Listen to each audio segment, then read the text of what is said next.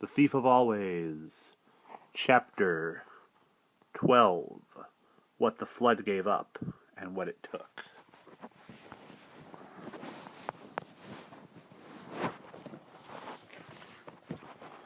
"Well," said Wendell when Harvey came into his room. "What's the story?" Harvey shrugged. "Everything's fine," he said. "Why don't we just enjoy ourselves while we can?" "Enjoy ourselves?" Wendell said. "How can we enjoy ourselves when we're locked in?" "It's better here than out in the world," Harvey said. Wendell looked at him in astonishment. "That's true, isn't it?" As he spoke, he grabbed hold of Wendell's hand, and Wendell realized there was a ball of paper in Harvey's palm, which he was trying to pass between the two of them. "Maybe you should just find a quiet little corner and do some reading," he said, glancing down at their hands as he spoke. Wendell got the idea. He claimed the balled-up note from Harvey's hand and said, "Maybe I'll do that." "Good," said Harvey. I'm going to go out and enjoy the sun while I can." That was exactly what he did. He had a lot of planning to do before midnight, which was when the note told Wendell they should meet and make their escape. Surely, even the forces that guarded the house had to sleep sometimes. And the business of keeping the seasons rolling around couldn't be easy. And of all the hours to slip away, midnight seemed the most promising. But he didn't suppose it would be easy. The house had been a trap for decades, perhaps centuries. Who knew how old its evil really was? And even at midnight it would not be so foolish as to leave the exit wide open. They would have to be quick and clever and not panic or lose their tempers once they were in the mist. The real world was out there somewhere. All they had to do was find it. He knew when he saw Wendell for Halloween that the note had been read and understood. There was a look in Wendell's eyes that said, "I'm ready. I'm nervous, but I'm ready." The rest of the evening passed for the two of them, like the performance of a stage play in which they were the actors, and the house, or whoever haunted it, was the audience. They went about enjoying themselves as though it was a night like any other, heading out to play trick-or-treat with a show of loud laughter, even though they were both shuddering in their borrowed shoes, then coming in to eat their supper and spend what they hoped would be their last Christmas in the house.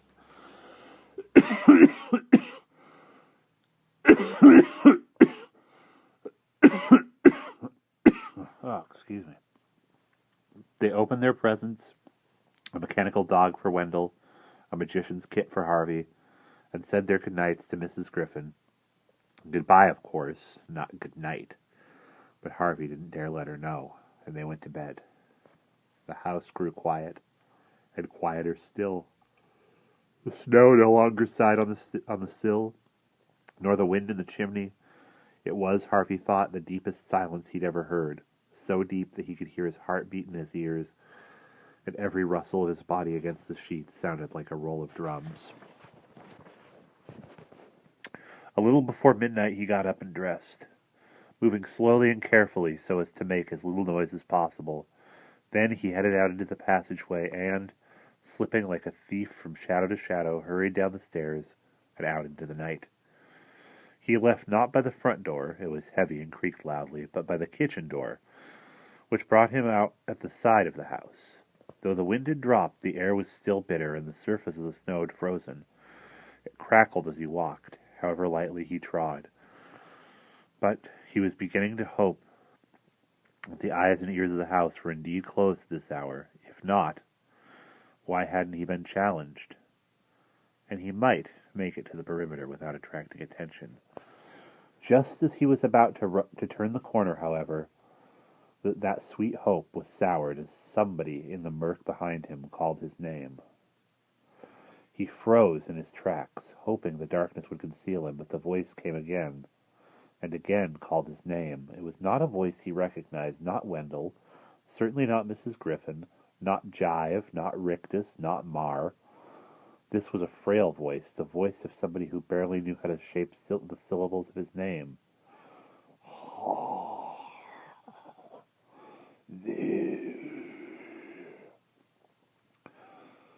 And then, all of a sudden, he knew the voice, and his heart, which had been working overtime since he'd slipped out of bed, grew so loud in his ears that it almost drowned out the summons when it came again. "Lulu?" he murmured. "Yes," said the voice. Where are you? Here, she said. He stared at the thicket, hoping for some glimpse of her, but all he could see was the starlight glittering on the frosted leaves. You're leaving, she said, her words slurred. Yes, he whispered, you have to come with us. He took a step toward her, and as he did so, some of the glitter he thought was from the frost retreated from him. What was she wearing that shimmered this way? Don't be afraid, he said. I don't want you to look at me, she said. What's wrong? Please, she said. Just keep your distance. She retreated even farther from him and seemed to lose her balance as she did so. She dropped to the ground, the thicket around her shaking. Harvey stepped forward to help her up, but she let out such a sob that he stopped in his tracks. I only want to help, he said.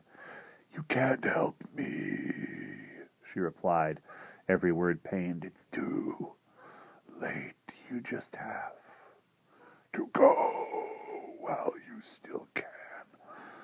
I just wanted to give you something to remember me by. He saw her move in the shadows, reaching out in his direction. Look away, she said. He turned his head away from her. Now close your eyes and promise you won't open them. He dutifully closed his eyes. I promise, he said. And now he heard her moving toward him, her breath laborious. Open your hand, she said. Her voice was near now. He knew that if he opened his eyes, he'd be face to face with her, but he had made a promise, and he was determined to keep it. He put out his hand and felt one, then two, then three heavy little objects, cold and wet, dropped into his cupped palm. That was all I could find, Lulu said. I'm sorry. Can I look? He asked. Not yet. Let me leave first. He closed his fingers around the gifts she'd given him, trying to make sense of them by touch. What were they? Pieces of frozen stone? No, they were carved. He could feel grooves on one, a head on another. And now, of course, he knew what he held. 3 survivors of his ark dredged up from the depths of the lake. The answer was no comfort to him, quite the reverse. He shuddered as he put the puzzle of Lulu's silvery gleam together with the knowledge of what he held. She had swum down to the bottom of the lake to recover these figures, a descent that was beyond the capacity of any land dweller. No wonder she'd retreated into the shadows, ordering him not to look at her. She wasn't human any longer. She was becoming, or had already become, a sister to the strange fish that circled those dark waters, cold-blooded and silver-skinned. Oh, Lulu, he said, how did this happen? Don't waste your time with me, she murmured. Just go while you've a chance. I want to help. You can't, came the reply. Can't help me. I've been here too long. My life is over. That's not true, Harvey said. We're the same age. But I've been here so long I don't even remember. Her voice trailed away. Don't remember what? Maybe I just don't want to remember, she said. It'll hurt too much. She made a long, choked sigh. You have to go, she said in a whisper. Go while you still can. I'm not afraid. Then you're stupid, she said. Because you should be. He heard the thicket shake as she started to retreat from him. Wait, he said. She made no reply. Lulu! The din of her departure grew louder. By the sound of it, she was almost throwing herself out of his range. Breaking his promise, he opened his eyes and caught a glimpse of her as she fled, a shadow in the shadows, no more. He stared after her, not knowing what he would say or do when he caught up with her, but knowing he'd never forgive himself if he didn't somehow help. Maybe if he persuaded her to go with him. Out of the shadow of the house, its vicious magic would be undone, or maybe he could find some doctor for her in the outside world who would cure her of this malformation. Anything rather than leaving her to return to the lake. Its waters were in view now, gleaming darkly between the branches of the thicket. Lulu reached the bank, and for a moment the meager starlight found her. All that Harvey had feared was true, and more. A fin grew out of her bent and scaly back, and her legs had almost fused together. Her arms had become short and stubby, her fingers webbed. But it was her face, glimpsed as she turned back to look at him, that was the greatest shock. Her hair had fallen out, and her nose disappeared. Her mouth had lost its lips, and her blue eyes turned to swiveling silver balls, lidless and lashless. And yet, despite their freakishness, there was human feelings in those eyes, and on that mouth, a terrible sadness that he knew would never leave his heart if he lived to be 1,000. "You were my friend," she said as she teetered on the bank. "Thank you for that." Then she tumbled into the water.